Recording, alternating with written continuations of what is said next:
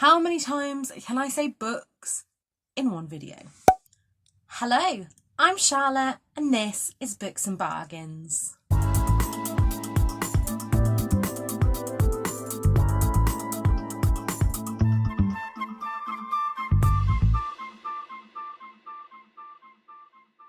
The eagle-eyed among you will notice that I'm wearing the same earrings and the same makeup as my last video, but I did change my top. If you haven't already seen my last video, these earrings are from Melrose Makes and they are featured in my Shop Small this Christmas, all the small businesses that I personally have supported this year and think you should too, and I will leave that linked up here for you if you haven't already seen it. So this video is going to be purely about books, and a few more books. This is going to be a mixture of books that I have read. It is going to be books that I intend to read in December. All the books that I have read are books that are going to be ones that I have loved. It's going to be children's books. It's going to be books to gift. How many times can I say books in one video? So this year I fell down a NetGalley rabbit hole and started reading books way back in October. You would think that I would be burned out on the Christmas books by now, but actually the other night I finished one which took it straight to the top of my festive favourites for this year. So let's go through those. I have bought some already. There are two that I want to buy that aren't out in paperback yet. One that's not out in paperback, one that I haven't got round to getting. But let's start with the two that I don't have here with me. And the first of these is the absolute best book that I've read this year, Christmas-wise. So if you're only going to buy one Christmassy romance book, make it Jamie Admon's The Little Shop on Nutcracker Lane. This book just took me through all the emotions, and it was the most Christmassy without being too much. If there is such a thing as too much, I'm probably it. But because it was based in a shopping lane that only opened at Christmas, none of the Christmassy stuff seemed kind of forced. And this is just a beautiful story where at the beginning our main character Nia makes a wish that she will find Prince Charming, and then lo and behold she runs into a man who hates Christmas and she decides to de-Grinch him, and the whole story goes from there.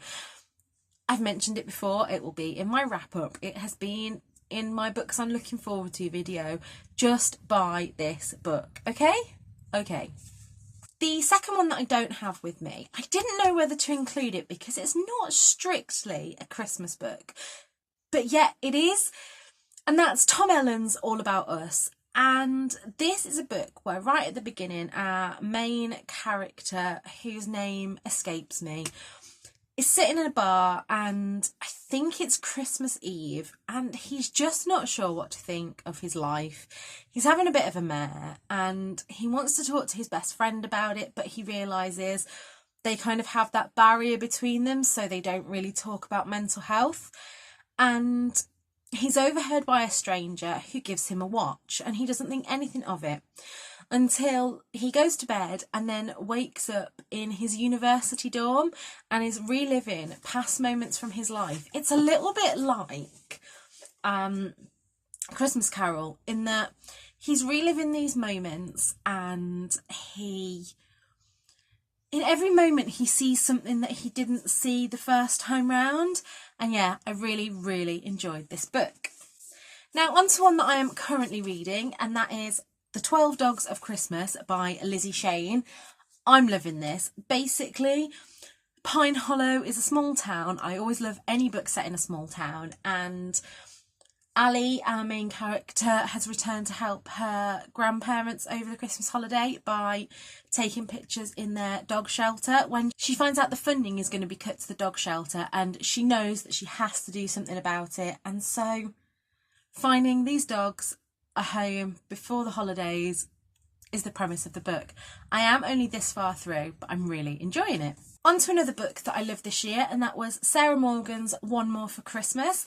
This is more of a family driven plot, although there is a romance in it. It's not the centre of the story.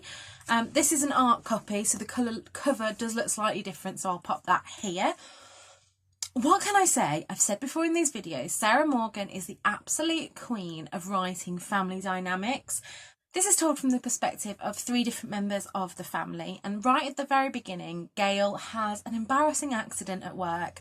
Gail has brought her daughters up to be self-sufficient in the way that she never was, and this makes her come across as quite cold.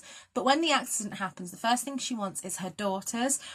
And when her daughter Sam invites her for Christmas, she immediately says yes, and then Sam wonders why she did that. And it's so nice to see the family dynamics as they evolve throughout the book. If you do like family dynamics, another book that is based on family dynamics is Bella Osborne's One Family Christmas, and I also really love this book. I know I'm saying that about every book in this video, but I am only including the ones that I gave 4 and 5 star. Anything below that I haven't included. And yeah, it says, what's Christmas without a little chaos? And Lottie, our main character, is hosting family Christmas just how her nana would have wanted, and she's put everything into it to try and make this family Christmas the best that her family will ever know. However, she gets more than she's bargained for when all the family comes with secrets, and she wants to make this one last Christmas to remember, but can she do it for the right reasons? On to 2 Christmas books now that are more traditional in the romance sense, and the first one of these is Jenny Baylis's The 12 Dates of Christmas. I love the premise of this. I haven't read anything like this before, and our main character Kate is happily single, but she goes along with her friend who wants to set her up on the 12 dates of Christmas, which is what it says on the tin. The dating agency sets up 12 dates in the run-up to Christmas with the hopes of finding the one. Some of the dates are quite successful, others are hilariously not. And yeah, it's just a really nice Christmas romance. And last but not least of the Christmas books that I have read, and that is Meet Me in London by Georgia Toffolo. If you don't already know, Georgia Toffolo is the queen of the jungle, who also was from Made in Chelsea, and I was a little bit sceptical when I saw this one. This one was kindly sent to me from Mills and Boon on NetGalley, and then I bought myself a copy. But this book is just really cute. So, based in London, this was one of the first Christmas books I read, and it's a vintage clothes designer, Victoria, is living on a street where a new department store's opening, and right from the very beginning of the book, you know that there's some kind of conflict between this store and the stores that already are on the street. However, when she meets and falls in love with Oliver, they start a fake dating. He wants to make his parents happy, and Victoria goes along with it. And yeah, I always love a fake dating trope. And the last of the books that I've read this year, and something a little bit different, is The Christmas Killer by Alex Pine. If you or whoever you're buying for isn't into romance and contemporary, how about this one? 12 Days, 12 Murders. This is going to be the start in a new series, and I'm looking forward to picking up the next one. D.I. James Walker has moved to the countryside to settle down after life in London. But when he gets there, he realises things aren't going to be that straightforward when he is given a ominous Christmas note that says, in the next 12 days, there's going to be 12 murders, and it all kinds of goes from there. I love the creepy claustrophobic setting of this. The village gets regularly cut off by the snow, so there's also that race against time, and to find this killer, obviously there's going to be 12 deaths. Can he stop them?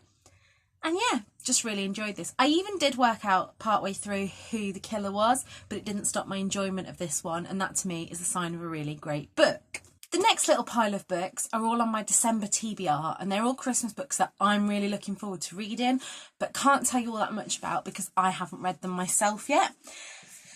And the first of these is The Christmasaurus and the Winter Witch, but I also want to shout out The Christmasaurus, which is the first in the series. This follows a young disabled boy called William Trundle who goes on an adventure at Christmas with a dinosaur called the Christmasaurus. And I can't really tell you more about that because I don't want to give spoilers, but I am looking forward to diving into the sequel. I am then also going to be reading Home for Christmas. Now, this is in association with Battersea Dogs and Cats. And Again, just like the 12 Dogs of Christmas, it says, after the death of her husband, Kathy's life has become small. With her son starting to build a life of his own, she isn't sure where she fits anymore. And she has a chance encounter which leaves her in Battersea Dogs and Cats home. And it just says, at Christmas time, we all need a friend. So I'm looking forward to picking that one up. And the last one that I intend to read this year is The Six Tales of Christmas by Anne-Marie Ryan. And it says, Happy Ever After is only a page away. All I know about this one is it's a Christmas story set in a bookshop, and that just ticks a lot of boxes for me. One of the things that I really like to do in the run-up to Christmas is read little books that are intended for children. I make no secret of the fact that at 30 I am just an overgrown child.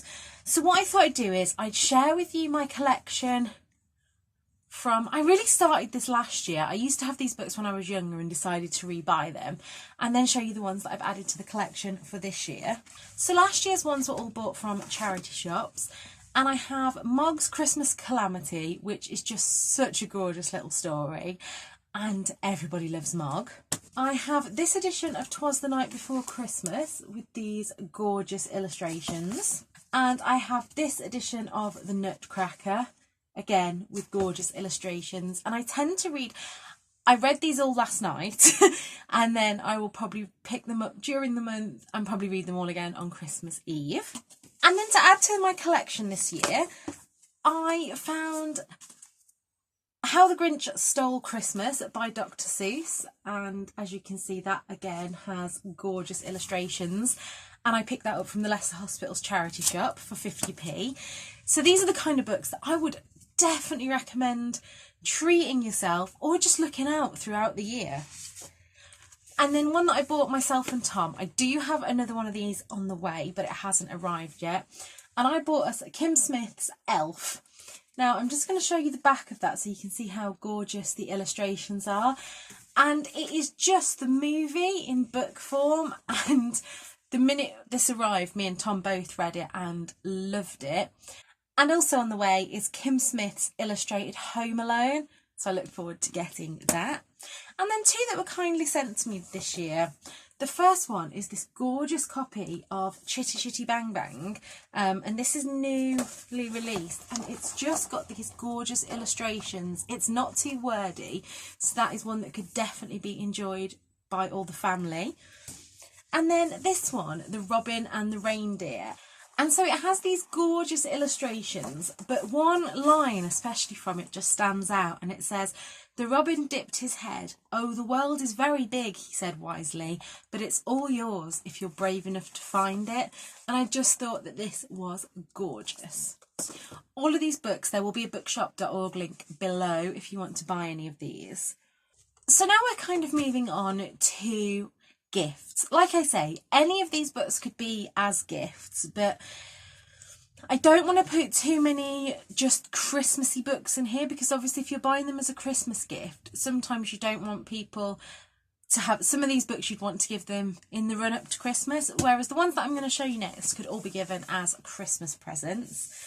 And the first of these is A Poem for Every Winter Day, edited by Ali Asiri, and this is the only one that I own, but there are other books in this series which I will leave below.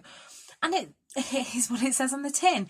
It is just a poem for every winter's day. And I've started that this morning with the 1st of December, and I look forward to reading one every morning.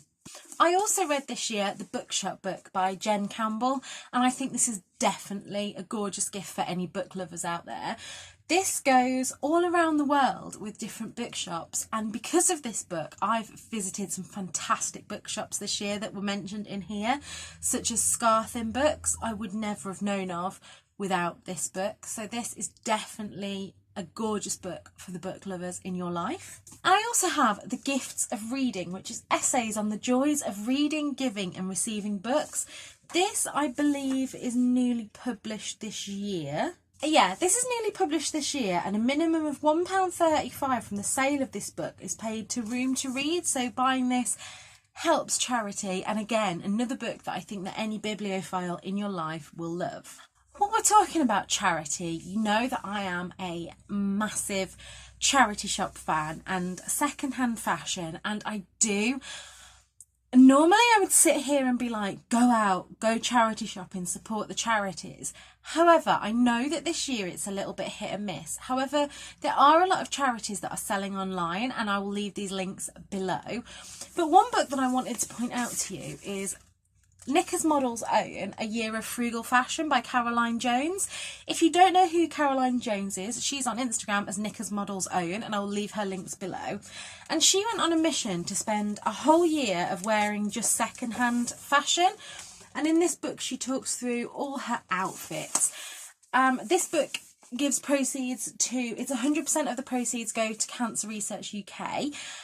And it's just gorgeous. I mean, if you don't already love charity shop fashion, I'm sure that Caroline will convince you to love it. And also, it's great for outfit inspiration. So if you have anybody in your life that's into fashion, definitely pick this one up. Next, I have a couple of really gorgeous coffee table books. And especially, so all of these I have either bought this year or last year, and obviously in 2020 travel has been off the menu. As you are seeing in this video, I should have been in Fuerteventura, but we're not going to talk about that. And so the first book I want to share with you is Humans by Brandon Stanton. Now, if you've read Humans of New York, this is just the follow-up to that, and it is just people being people. He takes pictures all around the world and shares people's stories. And like I say, that is just a gorgeous coffee table book, which I think most people would be glad to receive. And then these next two books may have been out for years, I don't know, but they're both books that I bought secondhand in charity shops. And I hadn't seen them anywhere before, and I've never heard anyone else talk about them, so I wanted to share them. And the first is Wanderlove, and this is lessons, tips and inspirations from a solo traveller. I'm obviously not a solo traveller, I travel with Tom, but there's a lot of tips in here about how to take photos on your own, safety, style, places to visit, and it's just, I mean, each chapter tells you places to eat and drink, and I just thought that was a really beautiful looking book filled with information, and so that would be a fantastic one if you can get your hands on it. And then my favourite travel book is this one. Now, as you can see, this is a chunky book, and it's a Lonely Planet, a journey through every country in the world. And so I'll just open it on one random page, and it's showing you Hong Kong, and each country it tells you the best time to visit, get what to do there in a word, it tells you what to eat and drink. And I just thought that for anybody that loves travelling, that would be a great book, because they could almost use it as kind of a bucket list. So I thought I'd include that in here. And now onto my final little stack of books. And these are all kind of gifts, stocking fillers, that kind of thing. And so the first one I wanted to include is All on the Board, inspirational quotes from the TfL Underground Duo. Now, if you don't know who All on the Board are, they put inspirational poems at the tube stations in London, and this book is just a collection of all those poems, and it is gorgeous, and anybody would be happy to unwrap that. The next ones that I wanted to share with you are just a little collection that I've been collecting myself and think that they would be really nice wrapped up for Christmas. And that is the Rachel Wells Alfie series. So the ones that I've got here is Alfie in the Snow, A Friend Called Alfie, and Alfie the Christmas Cat. Alfie the Christmas Cat is this year's release, and I think I paid £5 for this from Sainsbury's. And they're all these small hardbacks, and I just think that would be such a gorgeous present for someone. So yeah, I'm hoping to complete my series over the next year, but I thought that would be good. A book that I think all of the millennials in your family would love, and it made me laugh far more than it should have this year, is Where's Dom? Join Dom Cummins and his pals on a sightseeing tour of Britain. And yeah, I just think that is the kind of book that would make me laugh if I opened it on Christmas Day. And then last but not least, I have 3 books for the feminists in your family, and especially I think if you have young female relatives, some of these books would be fantastic. So the first one of those is Little Leaders, Visionary Women Around the World by Vashti Harrison. Now, growing up, I didn't hear much about women that had made history, although it was something that I was interested in. And when I did hear about them, it was always white women that I heard of, with the exception of Rosa Parks. It was all Florence Nightingale, Marie Curie, and all of those. So this book by Vashti Harrison, I mean, it's her gorgeous style anyway, but it just has all these different women and what they've done for society, and I just think that is a beautiful book to gift someone. And then for maybe slightly older readers, I have What Would She Do? Real life stories of 25 rebel women who changed the world. There is a bit of a crossover between these two books, but they're just so gorgeous. I couldn't not include them both. And then last but not least, for older readers, and me included, I have learned a lot from this book already, and I would have told you that I was quite a kick-ass feminist already, and that is Women Don't Owe You Pretty by Florence Given. And it's not just an amazing book about feminism, it's beautiful as well, which I don't know if that's part of the message, but let me see if I can find you. For example, like, I like this graphic. So there we have it. I hope that you enjoyed this ridiculously long video, and I hope that there is enough books in there to keep you going for December and get you gifting people books. Let me know below if there's any books that you are hoping to get from Santa this year or you are gifting yourself. And until next time, look after yourselves. Bye.